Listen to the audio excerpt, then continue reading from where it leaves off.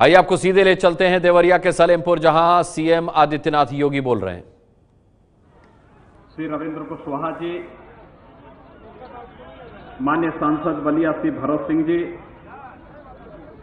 माननीय विधायकगण श्री काली प्रसाद जी, माननीय जन्मेजय सिंह जी, माननीय संजय यादव जी, माननीय आनंद स्वरूप शुक्ला जी, माननीय धनंजय कनौजिया जी, माननीय कमलेश शुक्ल जी, भारतीय जनता पार्टी के देवरिया जनपद के अध्यक्ष श्रीमान महेंद्र यादव जी, बलिया के अध्यक्ष श्रीमान विनोद दुबे जी, जिला प्रभारी देवरिया श्री रमेश सिंह जी, श्री जयनाथ कुशवाहा जी, जिला पंचायत अध्यक्ष श्री राम प्रवेश यादव जी, एलएमको के सीएमडी डीआर सरीन जी, उप महाप्रबंधक एसएन अशोका जी और आज के इस कार्यक्रम में उपस्थित इस क्षेत्र के सभी उपस्थित नागरिक बंधुओं,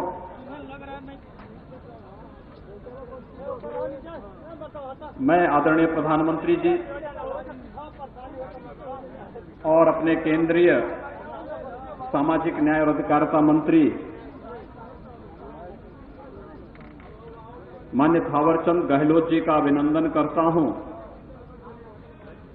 जिन्होंने दिव्यांगजनों के लिए सशक्तिकरण के लिए कृत्रिम अंग उपकरण वितरण का यह बृहद आयोजन उत्तर प्रदेश के सलेमपुर कस्बे में किया है। इस पहल को प्रारंभ करने के लिए यहां के माननीय सांसद श्री रविंद्र कुशवाहा जी और उनकी पूरी टीम सचमुच साधुवाद की पात्र है। सज्जनों, आप सब इस बारे में जानते हैं कि दिव्यांगजनों के प्रति देश के आदरणीय प्रधानमंत्री जी के मन में कितनी संवेदना है और देश के अंदर पहली बार हुआ है कि कोई प्रधानमंत्री दिव्यांगजनों के लिए जहां भी कोई कार्यक्रम आयोजित होता है उन कार्यक्रमों में अपनी सहभागिता सुनिश्चित करते हैं, उनके लिए नई नई योजनाओं की घोषणा करते हैं और उनके कल्याण के लिए न केवल केंद्र सरकार के स्तर पर अपितु राज्य सरकारों को भी समय समय पर निर्देश जारी करते हैं कि दिव्यांगजनों के कल्याण के लिए, उनके स्वावलंबन के लिए, उनके आर्थिक उन्नयन के लिए अनेक कार्यक्रम प्रारंभ होने चाहिए।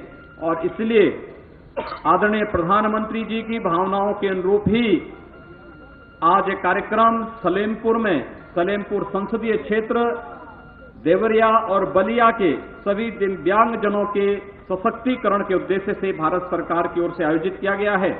मैं इस कार्यक्रम के अवसर पर आदरणीय प्रधानमंत्री जी का और अपने केंद्रीय मंत्री आदरणीय गहलोत जी का हृदय से अभिनंदन करता हूं।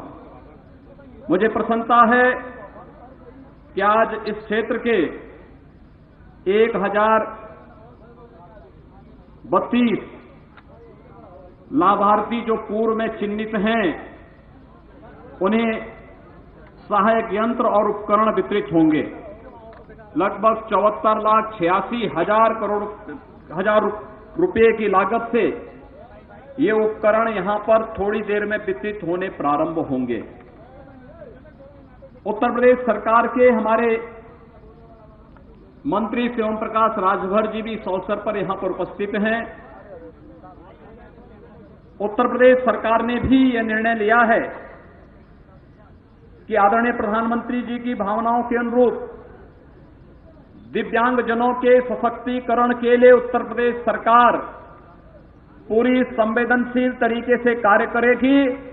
और इस दृष्टि से सबसे पहला कार्य हम लोगों का है कि उत्तर प्रदेश के अंदर लगभग 9 लाख दिव्यांगजन हैं।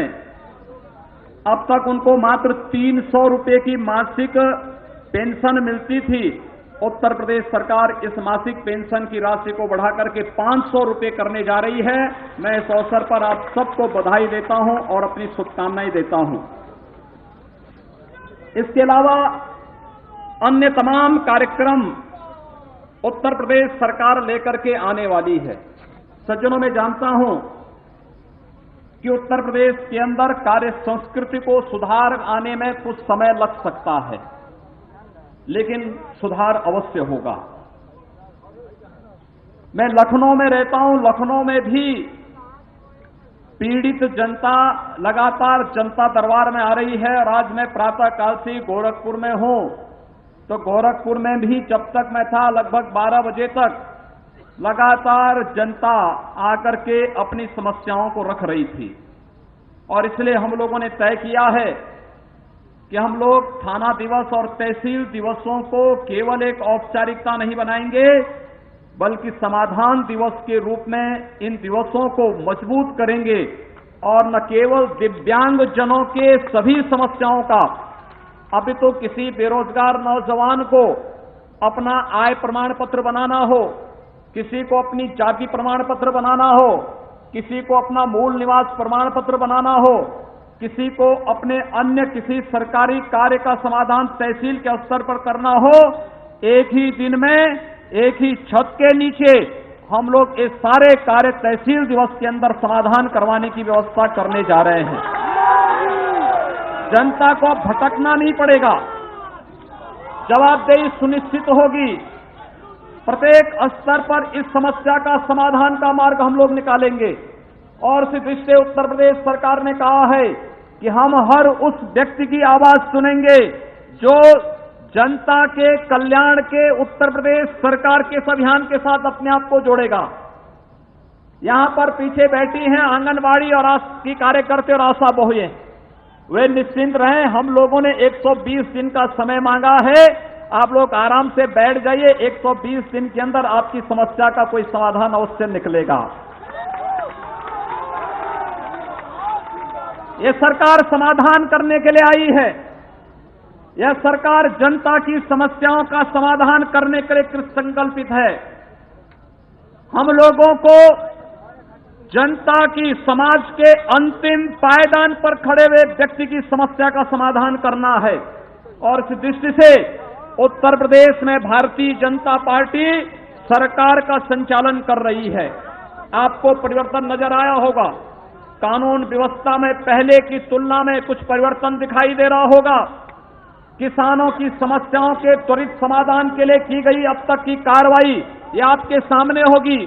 मैं जानता हूं देवरिया जनपद के लोग, यहां का गन्ना किसान पीड़ित है भटनी और प्रतापपुर चीनी मिलों के कारण, लेकिन हम लोग, मुझे बताते हुए प्रसन्नता हो रही है कि उत्तर प्रदेश सरकार ने अब तक गन्ना किसानों के चालू वर्ष का गन्ना मूल्य का भुगतान 10 दिन की सीमा के अंदर ला करके खड़ा कर दिया है।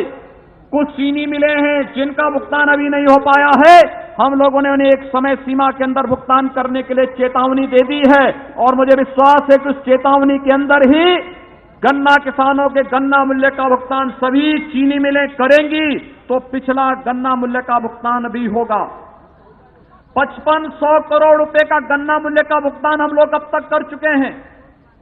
गेहूं किसान, जो आप किसान परेशान होता था, गेहूं क्रय केंद्र नहीं चलता था। पहली बार, यद्यपि हमारे पास समय नहीं था, लेकिन हम लोगों ने फिर भी कार्रवाई प्रारंभ की और ये कहा कि नहीं, जैसे भी हो अगली बार से हम इस व्यवस्था को और भी सुदृढ़ करेंगे। लेकिन पहली बार हम लोग जल्दीबाजी में जो भी कर सकते हैं, और मुझे बताते हुए प्रसन्नता है कि कल तक हम लोग जितना गेहूं किसानों से क्रय किए हैं वह सीधे किसानों से क्रय किया गया। समर्थन मूल्य से 10 रुपए अतिरिक्त पैसा हमने किसानों के खाते में भिजवाया है। और यही नहीं, हम लोगों ने पिछले वर्ष की तुलना में 3 गुना से अधिक गेहूं का क्रय अब तक हम किसानों से सीधे कर चुके हैं। अब तक कभी किसानों से इस रूप में गेहूं का क्रय नहीं होता था।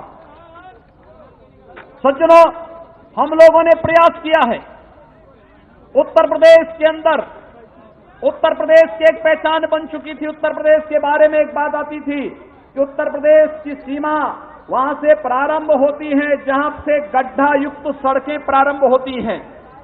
उत्तर प्रदेश के बारे में एक बात चलती थी पूरे देश के अंदर कि सायंकाल उत्तर प्रदेश में निकलिए तो जहां से अंधेरा पड़ेगा वह उत्तर प्रदेश की सीमा होगी। हम लोगों ने अब इस बात को, इस भ्रांति को पूरी तरह तोड़ करके एक नई परंपरा का शुरुआत किया है। हम लोगों ने अब उत्तर प्रदेश के अंदर यानी सुनिश्चित करने के लिए कहा है कि 15 जून के अंदर उत्तर प्रदेश की सभी सड़कें गड्ढा मुक्त हो जाएं। किसी भी स्थिति में, चाहे वह पीडब्ल्यूडी की सड़क हो, चाहे वह गन्ना विभाग की सड़क हो, चाहे वह आरईएस से जुड़ी हुई हो, चाहे वह मंडी समिति की जुड़ी हुई हो, चाहे वह स्थानीय निकाय की सड़क हो, जिला पंचायत की सड़क हो, किसी भी स्थिति में उस सड़क में गड्ढा नहीं होना चाहिए। 15 जून तक इस कार्य को पूरा कर लें। और साथ ही साथ देश के अंदर आदरणीय प्रधानमंत्री जी ने वीआईपी संस्कृति को पूरी तरह समाप्त करने की बात की। उत्तर प्रदेश में कई प्रकार की संस्कृतियां पनपती थी। यहां पर बिजली 4 जिले को मिलती थी, 71 जिले बिजली से वंचित होते थे। हम लोगों ने बिजली में सुधार के लिए एक व्यवस्था की है। हर जिला मुख्यालय को हम 24 घंटे बिजली देंगे, हर तहसील मुख्यालय को 20 घंटे बिजली देंगे और हर ग्रामीण क्षेत्र में 18 घंटे विद्युत की आपूर्ति हम लोग सुनिश्चित करेंगे। और अगर ट्रांसफार्मर चल जाता है तो हम लोगों ने यह भी कहा है कि ग्रामीण क्षेत्र में 48 घंटे के अंदर उस ट्रांसफार्मर को स्थापित किया जाए। शहरी क्षेत्र में 24 घंटे के अंदर यह कार्रवाई प्रारंभ हो जानी चाहिए। सज्जनों, अगर आप चाहते हैं कि आपको 24 घंटे बिजली ग्रामीण क्षेत्र में मिले तो मैं आपसे एक आग्रह आपसे भी करूंगा, आप सहयोग करिए।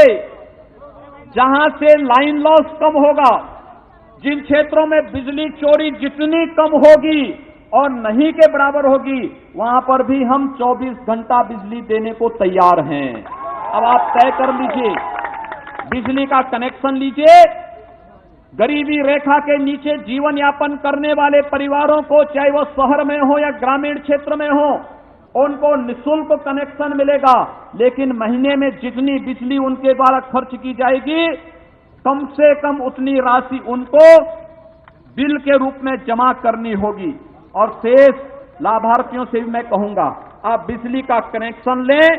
आपको 24 घंटे बिजली देने की गारंटी उत्तर प्रदेश की यह आपके द्वारा चुनी गई भारतीय जनता पार्टी की सरकार लेगी। और इसके लिए हम सब आपका आह्वान करेंगे कि आप इस अभियान के साथ जुड़ें और इस अभियान के साथ जुड़ करके पूरी व्यवस्था में अपना सहयोग करें। सज्जनों, अन्य तमाम समस्याओं के समाधान की दृष्टि से भी उत्तर प्रदेश सरकार कार्य करने को पूरी तरह तत्पर है। उनकी एप्लीकेशन ले लो, क्यों विवाद करने दे रहे हो उसको?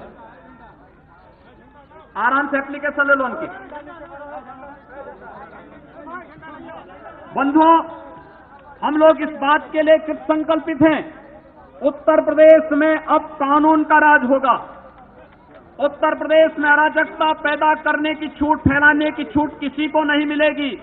और सत्ता के संरक्षण में अब तक जिन लोगों ने आम जनमानस के पर यहां उत्तर प्रदेश के अंदर यहां जुल्म ढाए हैं, जिन्होंने जमीनों पर कब्जा करके गरीब जनता के हक को मारने का प्रयास किया है, उनके दिन लग चुके हैं।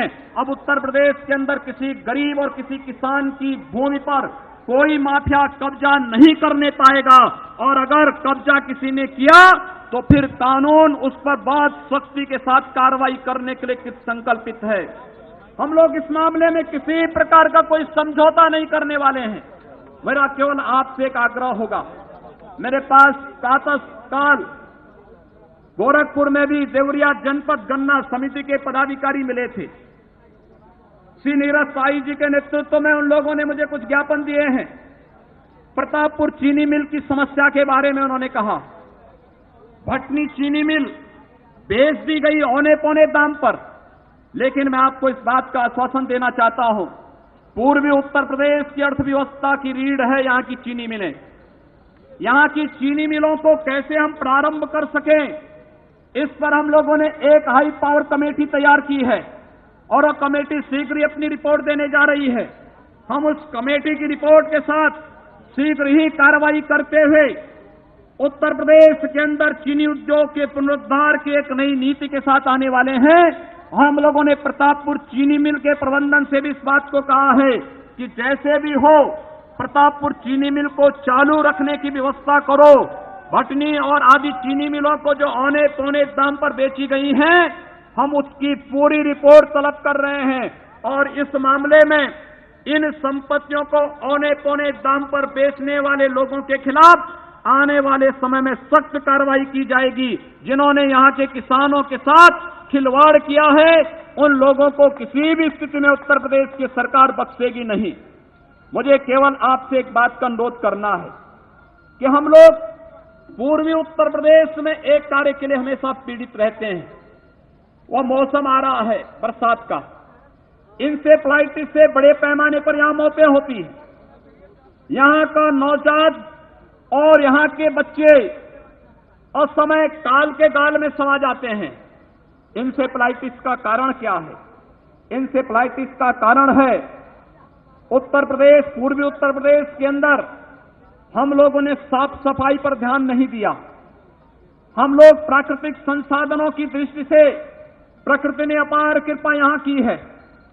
यहां पर प्रचुर जल संसाधन है, लेकिन उस जल संसाधन का उपयोग हम लोग उत्तर प्रदेश के और इस क्षेत्र के हित के लिए कर सकें, उसको हम लोगों ने उस रूप में देखने का प्रयास नहीं किया।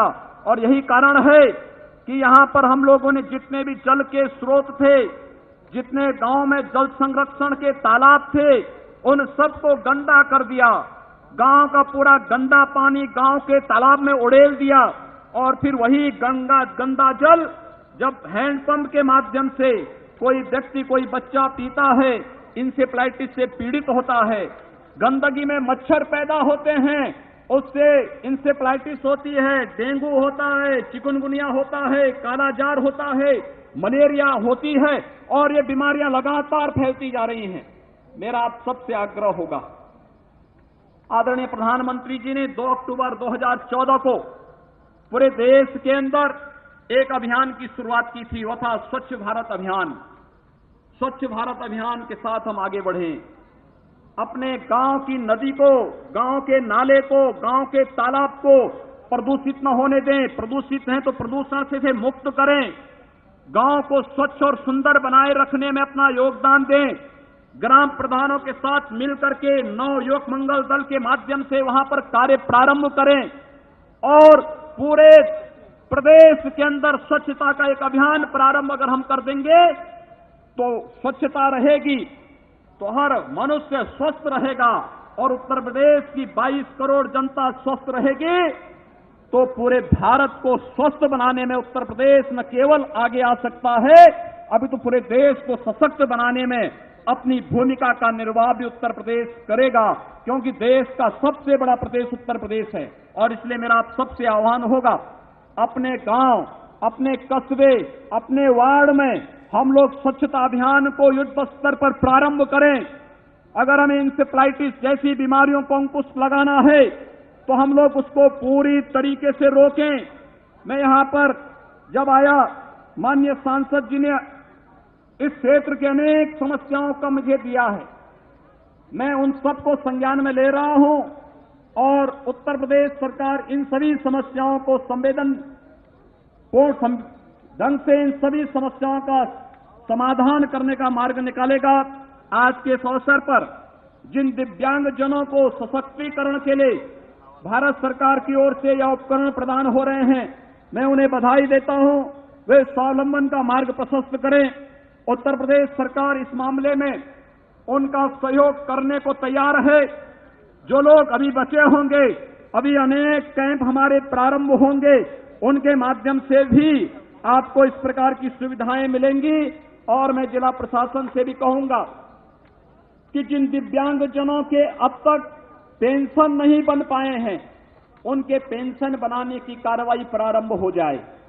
जिन लोगों के पास सर्टिफिकेट नहीं है, प्रत्येक सोमवार को सीएमओ के कार्यालय में ये व्यवस्था सुनिश्चित करें कि दिव्यांग जनों के वहां पर दिव्यांग सर्टिफिकेट वहां पर बनाने की कार्रवाई हो और तहसील दिवसों को इतना सशक्त बनाइए कि एक ही छत के नीचे सभी समस्याओं का समाधान हम कर सके।